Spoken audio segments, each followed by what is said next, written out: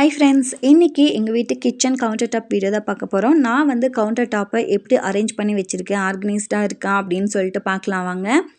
என்னோடது வந்து குட்டி கிச்சன் தாங்க, நல்லா குட்டி கவுண்டர் டாப் தான். கவுண்டர் டாப்பில் அவ்வளோ இடமும் கிடையாது. ஸோ கார்னரில் வந்து நான் வந்து கேஸ் அடுப்பு வந்து வச்சுருக்கேங்க.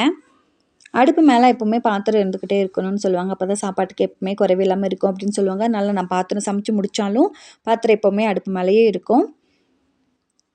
ஸோ என்னோடது கடப்பாக்கல் அப்படிங்கிறனால நான் லைட்டாக தொடச்சி முடிச்சுட்டு லைட்டாக வந்து ஒரு ஆயில் வந்து தேய்ச்சி விட்டுருவேன்.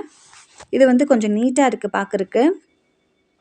ஸோ சைடில் வந்து ஒரு ஆர்டிஃபிஷியல் பிளான்ட் ஒன்று வச்சுருக்கேன். இது பார்க்குறக்கு நல்லா க்ரீனிஷாக இருக்கிறனால கொஞ்சம் நல்லா இருக்குது அப்படிங்கிறனால இதில் இங்கே வச்சுருக்கேன்.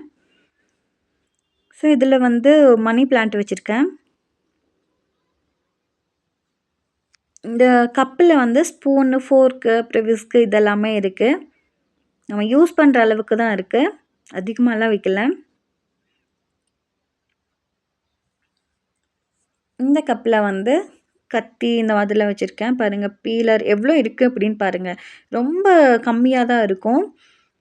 நமக்கு யூஸ் பண்ணுறக்கும் நல்லா நீட்டாக இருக்கும்.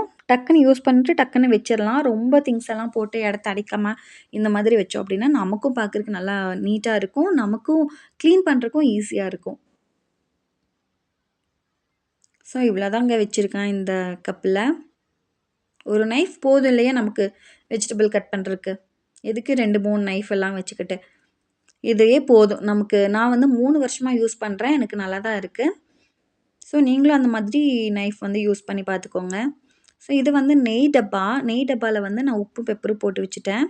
டீ தூள், காஃபி தூள் இதுக்கு பின்னாடி இருக்குது. இது வந்து மணி பிளான்ட் வச்சுருக்கேன். ஸோ என்னோடய அஞ்சரை பெட்டி வந்து இப்போ தாங்க ரீசெண்டாக உடஞ்சி போச்சு.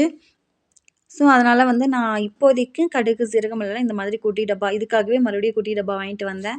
பிளாஸ்டிக்கெல்லாம் இப்போ கொஞ்சம் கொஞ்சம் அவாய்ட் பண்ணிட்டு தான் இருக்கேன். கூடிய சீக்கிரத்தில் அவாய்ட் பண்ணிடலாம். ஸோ மஞ்சத்தூள், மல்லித்தூள் இதுக்கு பின்னாடி டப்பாவில் வச்சுருக்கேன். இங்கே ஒரு நெய் டப்பா இருக்குது, பின்னாடி வந்து கடலெண்ணெய் இருக்குது. ஸோ எல்லா ஸ்பைசஸ் ஐட்டம்ஸும் கீழே இந்த பாக்ஸில் போட்டு வச்சுட்டேன், இந்த அஞ்சரை பெட்டி உடஞ்சதுனால. ஸோ பக்கத்தில் வந்து ஒரு முறுக்கு கல் வச்சுருக்கேன்.